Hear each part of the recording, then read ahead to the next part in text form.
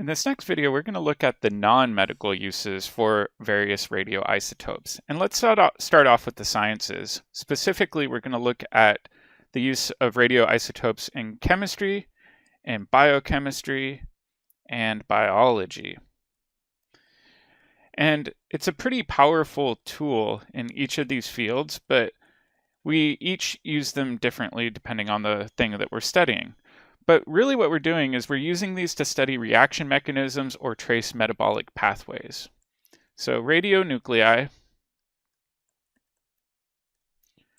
are used to study reaction mechanisms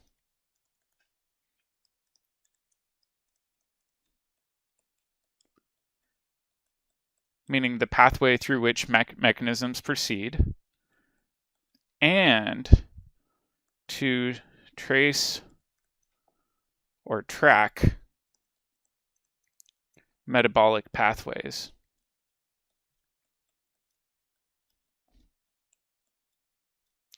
So let's say you're wondering what some drug gets converted into after it goes through your liver.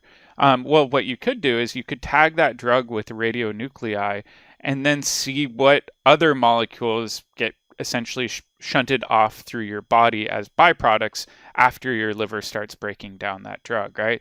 And through that, you can understand that pathway in a little bit more detail. So that's what we often use this for in chemistry, biochemistry, and biology.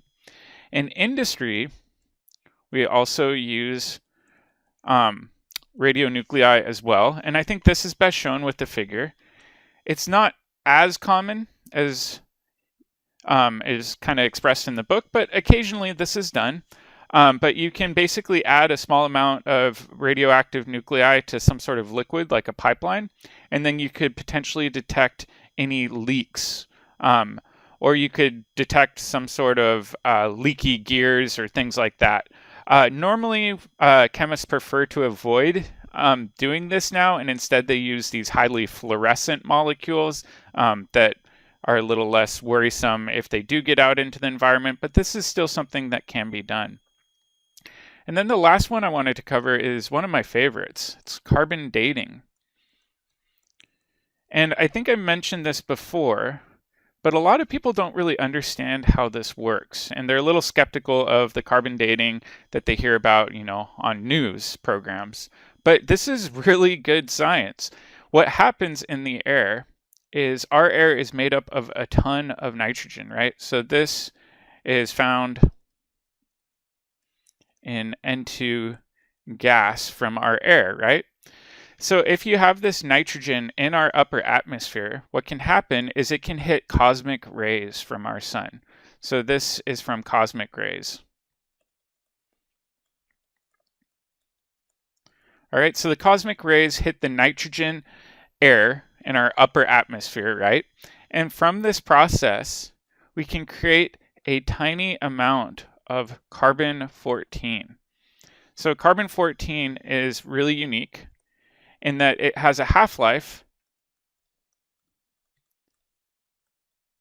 of 5,600 years.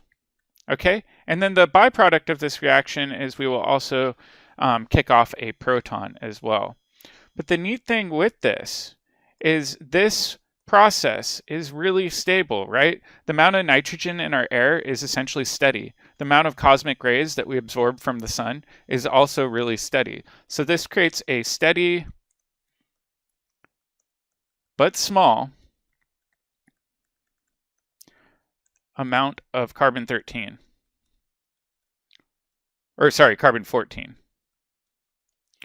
All right, so then the question is, well, why does this matter? What happens next if we're making this?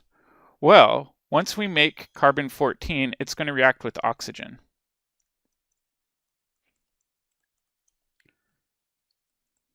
So it's going to react with oxygen to make CO2. Specifically, it's going to make CO2 that now has carbon-14 in it, right?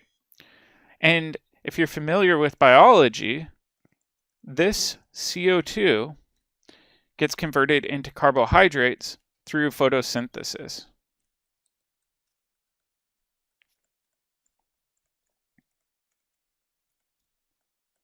So basically, plants will absorb the CO2 and then convert it into sugars or cellulose.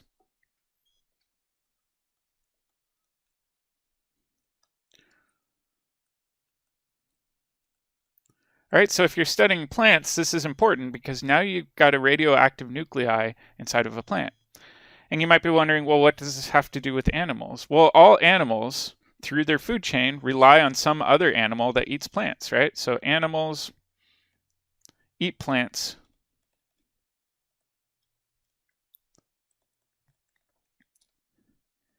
And this carbon gets incorporated into their biomolecules, basically their proteins, things like that.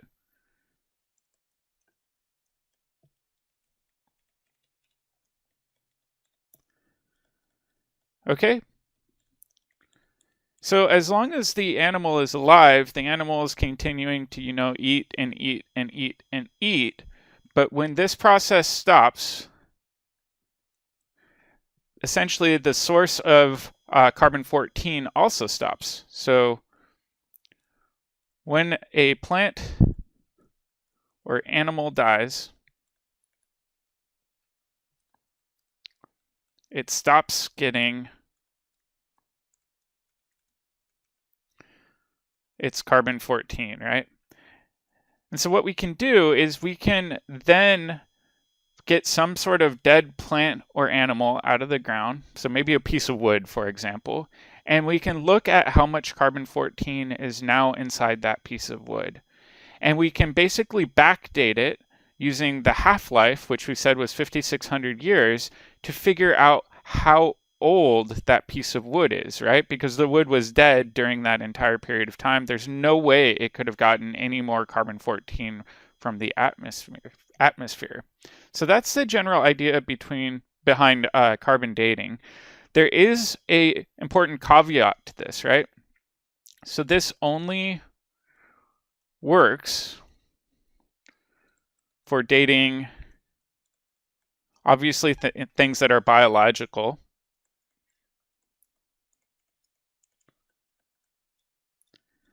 And it only works for things that are up to about 50,000 years old. Once we get past 50,000 years, there's not enough carbon-14 for our detectors using current technology to pick up. Basically, the signal to noise ratio just gets too staticky and too noisy, so we can't really effectively date anything past that age. We do have other techniques for dating things that are older using other half-lives. So if you look in your book, there's a discussion of minerals where things like potassium-40 will essentially electron capture one of their inner inner shell electrons and convert a small amount of the potassium to argon-40. And through that process, we can date things that are billions of years old. So when you hear about studies talking about rocks that are billions of years old, they're using a different half-life technique, but same principle, right? So it's a pretty interesting technique. It's something we might hear about once, but never really think about the chemistry behind it. But now you know. All right, I hope that helps, but let me know if you have any